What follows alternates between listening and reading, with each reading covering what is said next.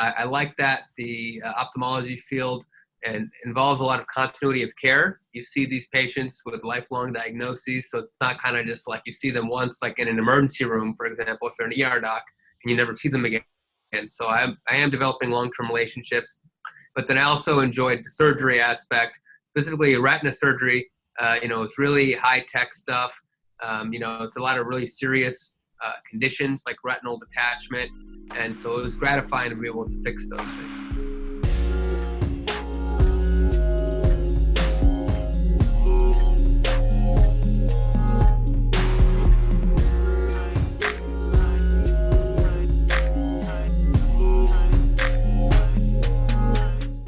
What influenced you to pursue the career to begin with?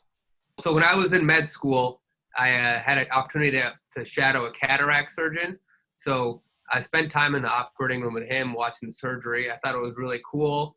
I like that the ophthalmology field and involves a lot of continuity of care. You see these patients with lifelong diagnoses, so it's not kind of just like you see them once, like in an emergency room, for example, if you're an ER doc, and you never see them again.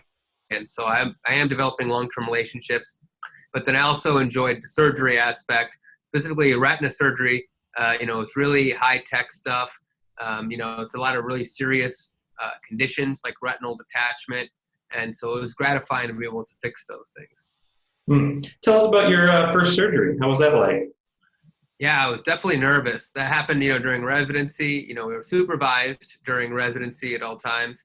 But there's a lot going on because, you practice on the wet lab. We have simulators, like computer simulators we can do. So that kind of stuff helps you become a little bit more prepared. But the first time you do it on a person, there's a lot of other factors. The patient is kind of awake. They can move. You want to impress your attending.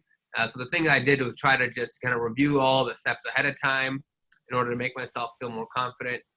And overall, it was fine. But it is definitely a big hump to get through those first few cases in training.